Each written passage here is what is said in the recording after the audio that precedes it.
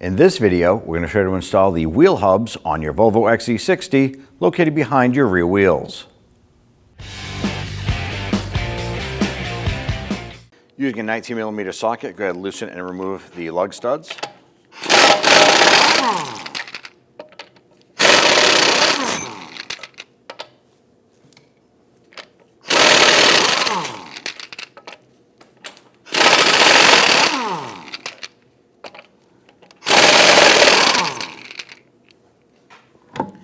Go ahead and grab that wheel, remove it, and set it aside. Now you're going to locate your sway bar end link just on the rear side of the lower control arm, and it's attached to the rear knuckle area. We're going to use our 15mm socket to loosen and remove this nut.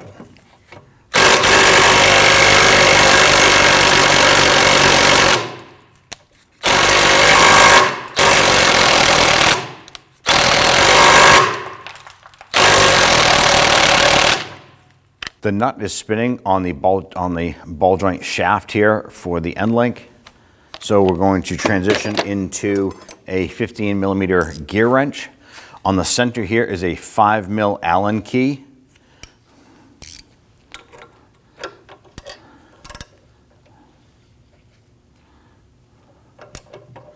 You do want to make sure that that Allen key is in all the way.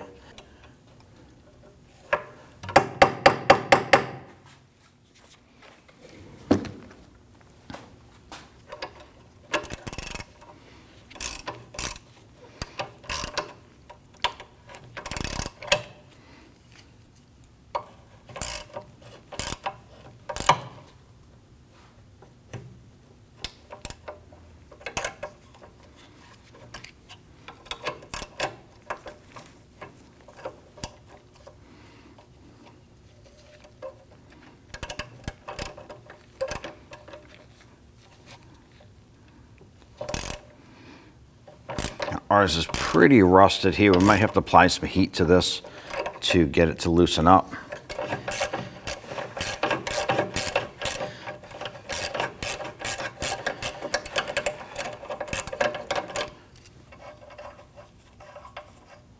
Now let's go ahead and loosen this nut here. It's a 13mm.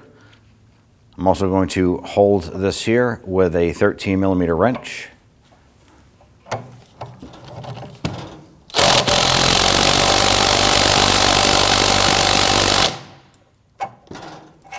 Now that we've disconnected the lower driver's side link here, let's go ahead and do the same for the passenger side.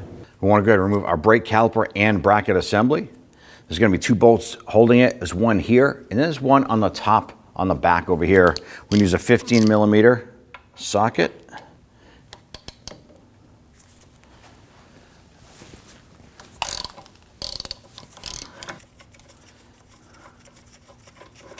Okay, going to remove that. Let's go ahead and get the top one.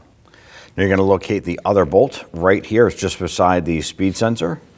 You can use our 15mm gear wrench, and we're using a swivel head on ours.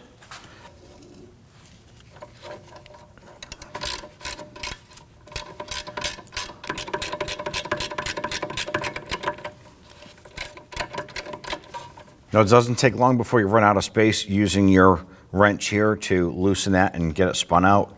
So I switch over to a 15mm deep socket with a short extension. Using my ratchet, it just gets me out in front of that coil spring.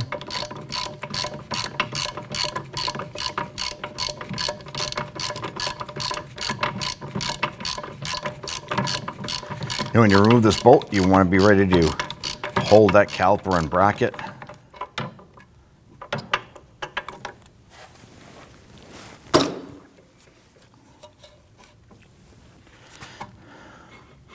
Gently slide this off. I'm going to set this aside. Now I'm going to use a securing strap. What I don't want to happen is this caliper and bracket with the electronic parking brake unit to fall and hang. So we're going to use a securing strap here. I'm going to come up and over and secure that. I was able to run my strap right around and onto the axle shaft on both ends to keep this from falling. Now we're going to use a T50 Torx bit to go ahead and loosen and remove this set screw holding our rotor to the wheel bearing or hub face. Now, if you don't have this, it's not critical to the operation of your brakes. You want to go ahead and just remove that rotor and set it aside.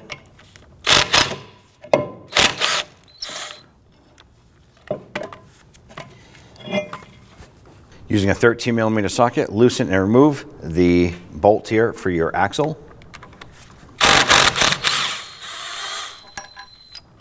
Now, with the two lower links disconnected, we want to come on over to the sway bar clamp here on the driver's side, and we went ahead and sprayed this down with some rust penetrant. These are 13mm. We want to go ahead and loosen and remove both of these bolts.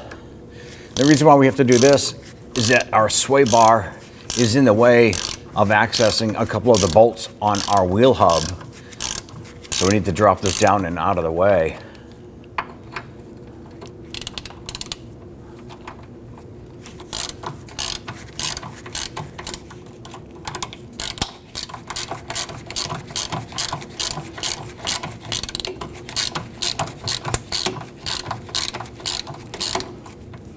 I'm going to work this back and forth, starting to bind up a little bit, and we don't want to snap these bolts. So if you're running back in a little bit, we're going to spray them with some more rust penetrant on the threads and continue to work these out.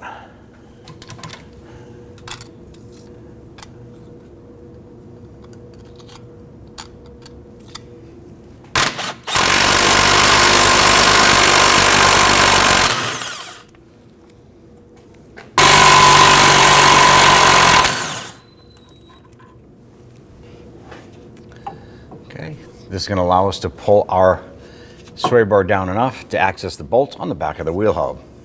Now, from the back side here, we have our CV axle shaft right here, and it goes right into the back of the wheel hub. Now, there's going to be 4 T55 Torx bit bolts. There's one up on the top here, one on the bottom, one on the lower left over here, and then one up on the upper left.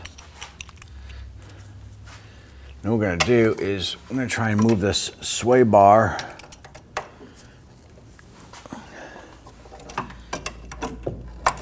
and ours is kind of rusty, so we're going to try and get this Torx bit in there.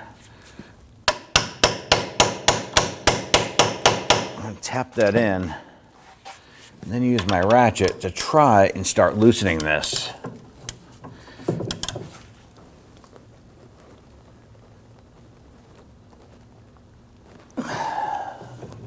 I'll tell you right now that ours is super rusty, and a Torx bit is not the strongest tool to go ahead and try and break these free. I'm going to go ahead and heat these up, and I'm going to try and break those free with a little bit of heat. All right. Now, after applying some heat to the outside of those threads out by the bearing area, I was able to break this lower right one free. I'm just going to go ahead and continue to run this right out. And then I'm probably going to go to the upper right one. Now, you can go to whichever one you want to. I just know that the 2 forward ones are easy to get to, so I'm going to tackle those first.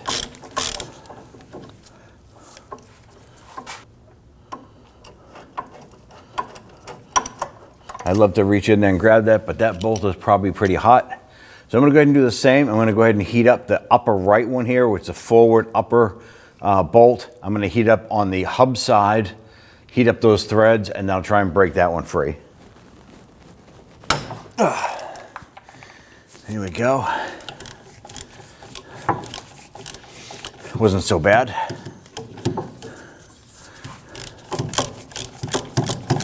Now I need to go ahead and relocate my caliper assembly here.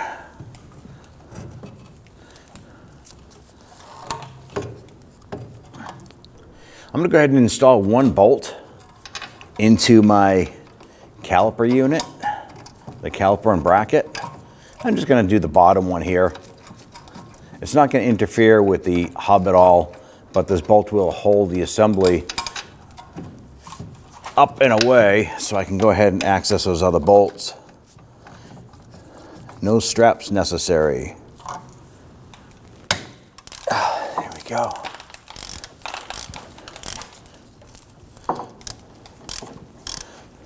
Now I did transition into a much shorter extension here to get in between the spring so I can get a straight line into that Torx bolt. I'm sure you could try a swivel socket of some sort, but to get the straight on leverage on there, you got to run a stubby extension.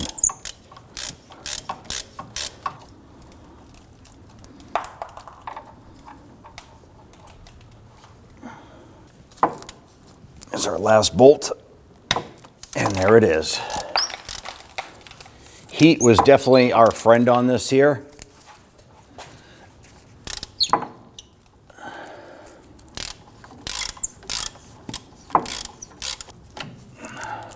Remove the ratchet and use my extension here to spin that bolt out the rest of the way. With the bolts removed on the front side here, we're going to go ahead and try and knock this free with our hammer. And we just spray some rust penetrant inside. Be careful, if you're not holding this here, it could fall off. Watch your feet. I'm going to use our punch in the center. It's a brass punch, and we're going to knock our axle loose.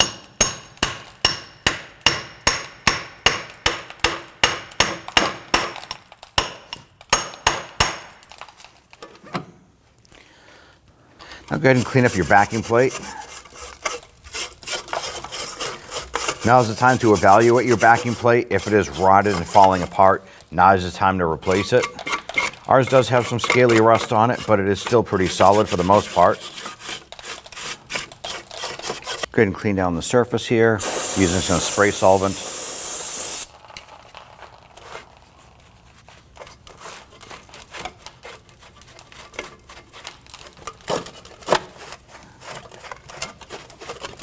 And then we're going to use our anti-seize compound here. I'm going to put some where the hub is going to get bolted to. Now I went ahead and I ran all of my hub bolts through the wire wheel machine. You want to clean this up. It's going to make it that much easier for your installation. I'm going to feed one of those bolts in.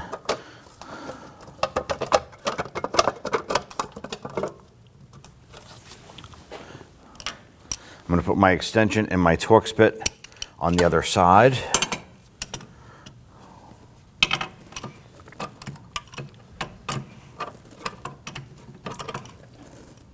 Now, installing your wheel hub, you want to pay attention. You want to pay attention that the two upper bolts are wider than the two lower. So definitely grab your wheel hub and identify what's what.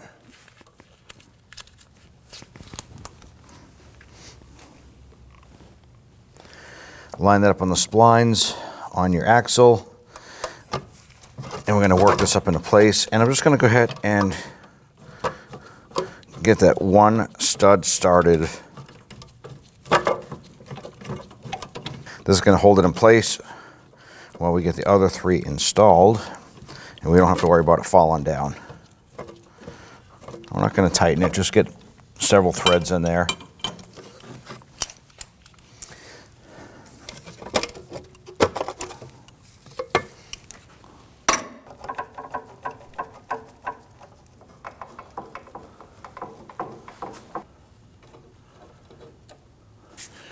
Now that we have all four of these started, I'm going to grab our ratchet and we'll snug them down. Now once you have all of these bolts snugged down, you want to go ahead and torque them down to 81 foot-pounds.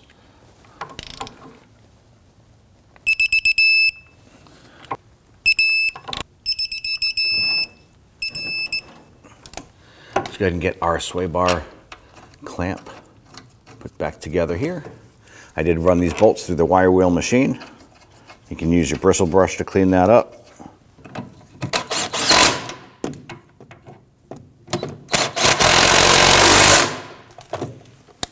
Go ahead and torque these down to 36 foot-pounds.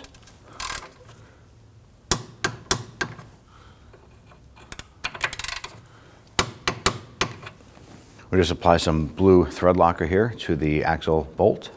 Get that started. let's go ahead and snug that down.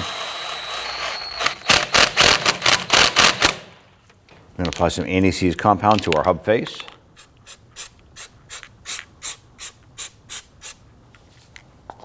And we're going to remove our bolt that we had thrown in a few threads here, holding our caliper in place.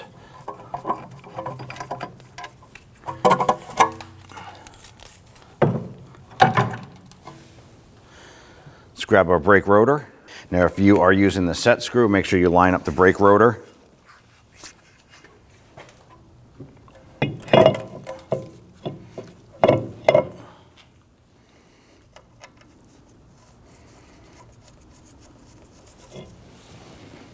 I want to gently snug this down. Before we install our caliper and pads, we want to make sure that our brake rotor is clean, free of any oils and debris. Clean this up. And don't forget to get the other side as well.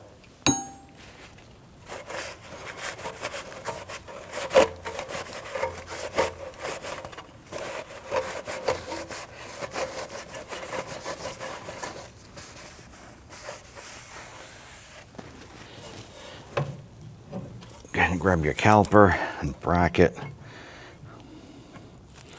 Slide it over the rotor. Let's come around the back and install the 2 bolts. I'm going to go ahead and grab my caliper and my lower bolt and position that.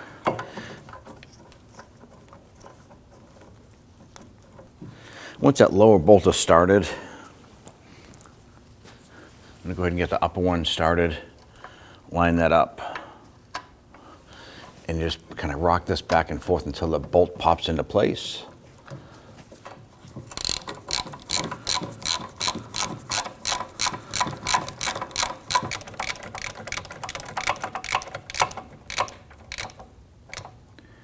All right, now we can go ahead and torque those down. Let's now torque down the caliper bracket bolts to 81 foot-pounds.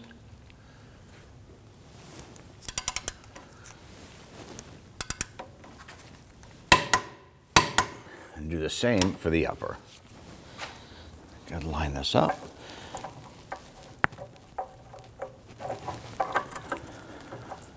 Might have to position this a little bit better to get that in. There it is. Go ahead and get that nut started.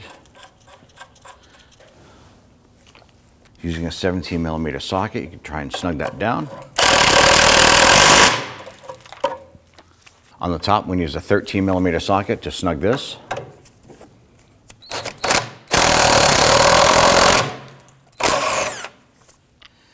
Now, general rule of thumb, when you tighten this down here, you want to tighten it down until the rubber bushing expands to the same diameter as the washer itself, and that is perfect for the top as well as the bottom. Torque down the lower nut on the sway bar end link to 44 foot-pounds. I want to go ahead and torque down our axle bolt here to 25 foot-pounds. Go ahead and take a screwdriver blade. You can pop it in here. Keep that rotor from rotating.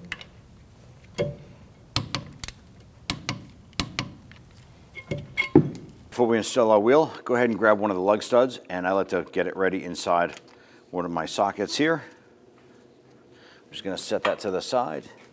I'm going to set this up so that the top stud is right in the center at 12 o'clock. Grab that wheel, line that up. Now I'm supporting it with my leg. Go ahead and grab that stud. And I want to go ahead and get that top one started.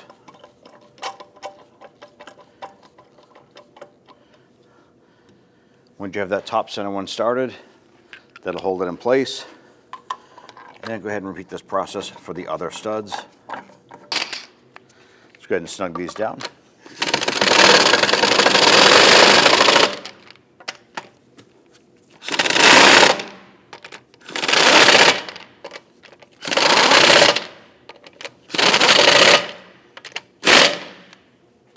Let's go ahead and torque down our lug nuts to 103 foot-pounds. When doing this here, we prefer to do it in a crisscross or star pattern.